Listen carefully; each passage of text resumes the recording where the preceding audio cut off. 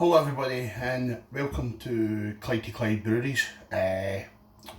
Today we're doing the other side of brewing that a lot of people don't know about. Everybody thinks it's about the great taste and making it all, and it all comes out nice and lovely and everybody's drinking out of the bottles and going, yeehaw, my beer's brilliant, this tastes really good.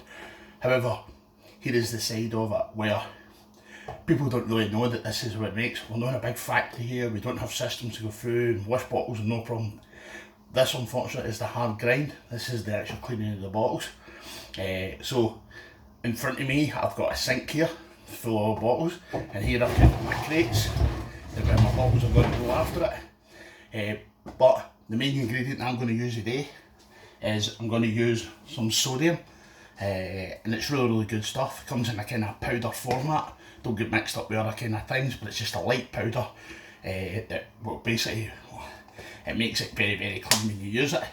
It's not bad. That's quite a big tub, and I got it off eBay for maybe about 13 quid, but it does last quite long.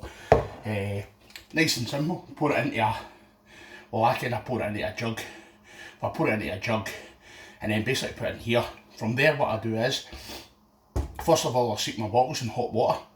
I'll then basically get a bottle, I'll get my jug, I'll put a wee bit on the top of it, I'll leave it sit for say maybe a couple of minutes, and then what I'll do is I'll take from there, I'll then basically start my process of cleaning it. First of all, it's a dead simple thing. Once it's sitting at the bottom, bring it into yourself, put your finger on the top and do the simple thing of shaking it around.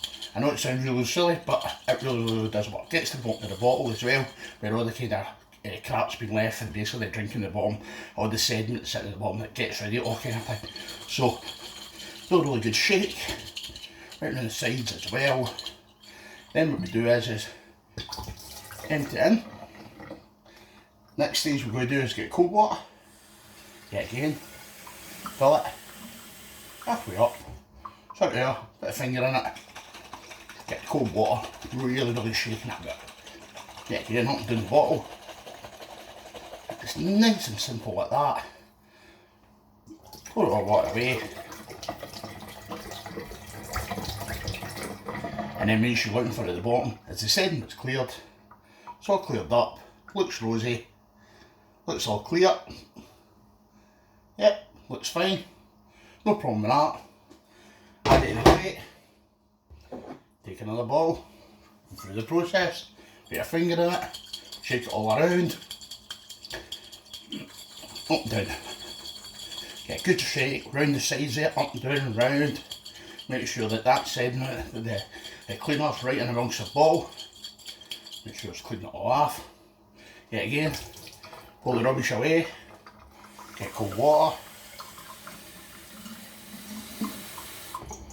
into your bottle again, and get washed them out. Okay, so that's one way of doing it. Second way,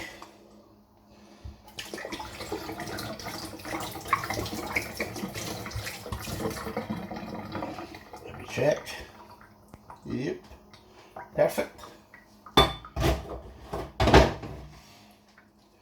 Into the hot water, and I said I already steeped it in hot water. Take it out. And then what I would do next is get my sodium, put it in the bottle, put the bottle to the side. I would then do it for all these ones that are in the bottle, but just for purpose of the video, just to kind of show you. The one I've just put the cleaner in, put it at the bottom of the bottle, get a wee shake, as before. This time what we're going to do is, already the wee handle thing that's already been sitting in the sediment, in the cleaner. So what we're going to do is just take it out of there. This time we're going to put it into the bottle. Put it into the bottle, and then we can get a right clean about and hang it right round the bottle, on the sides, on the top, right all cleaning through it. Just make sure we get right in amongst the bottle in there. Clean the sides. Don't want anything left in this bottle. No, basically nothing left the last time. It'll contaminate your beer, and this is nothing worse. And making all that beer, not the effort, not the time. You get the bottle and you bring it out and it's moulded. It's not a really good thing. I know from previous experience, it happened in my second ever beer that I ever made. it was contaminated, it wasn't good, and I learned my lesson since it. So make sure it's very well cleaned. Take it out from here, give it a wee quick shake again, and take it all out. Back to the cold water again. Get your cold water in. You got a whisk about. Put some music on here and I can dance to this. Like as if I'm in the Bahamas making some cocktails here. Anyway, put it through.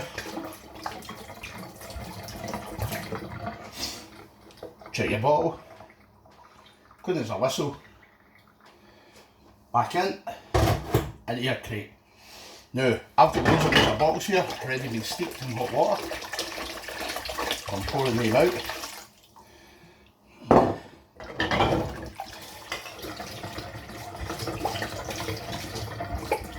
Actually, this is the way you've got to do it. However, I know that you're going to watch it here and you're saying to me, that's a long process that you're actually using to clean those bottles.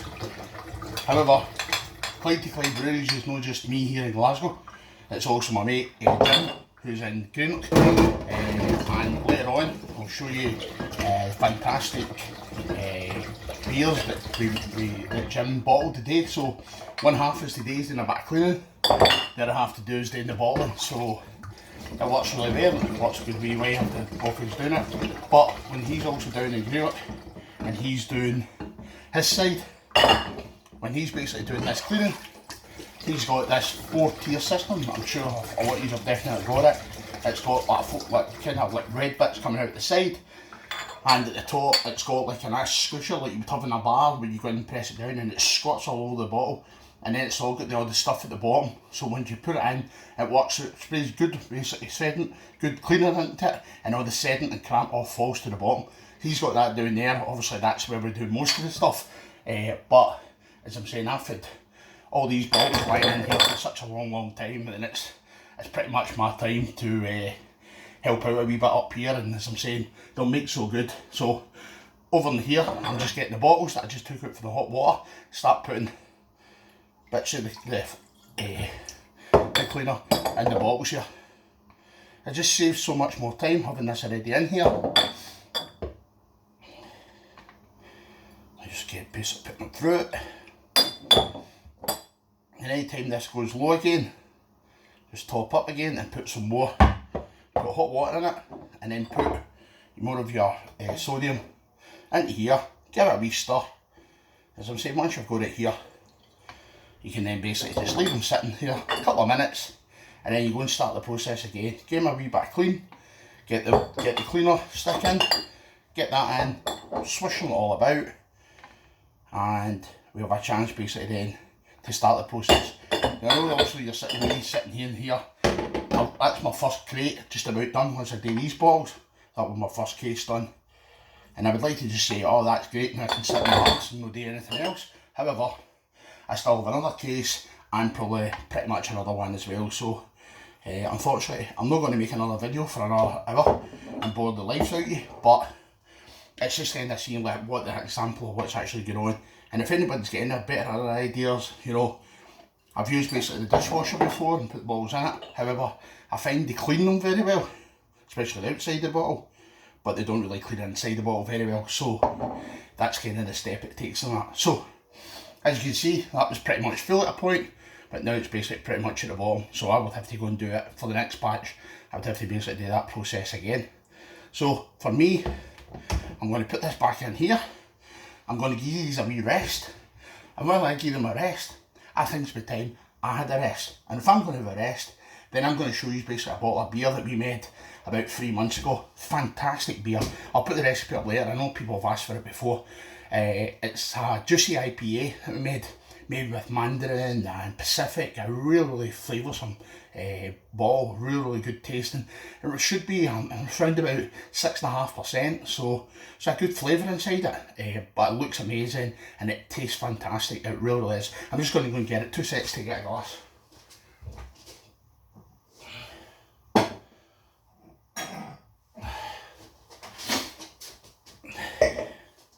Hope you're all doing well out there today. Yes, now look at that baby. Doesn't look really, really good. Honestly, as you can see, wee bit of sediment, but that's obviously because I've had it lying down in the fridge. That's the reason kind of why it's sitting with that sediment there, but won't do anything to the beer whatsoever. It's freezing cold and it's going to taste sublime, so it's going to be amazing.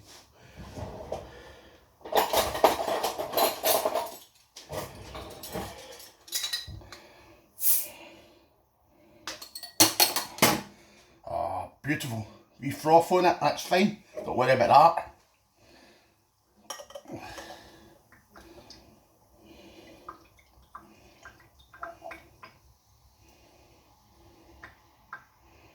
Honestly, wait till you see this. It's delightful. Amazing. What a beer to have on a Sunday afternoon. Honestly, even better when you know you've made it your own. Look at that, baby. Look at that. That is absolutely outstanding. Beautiful head on the top, great colours, and it absolutely tastes amazing. In fact, it tastes that good. This month we decided that we're going to make it again.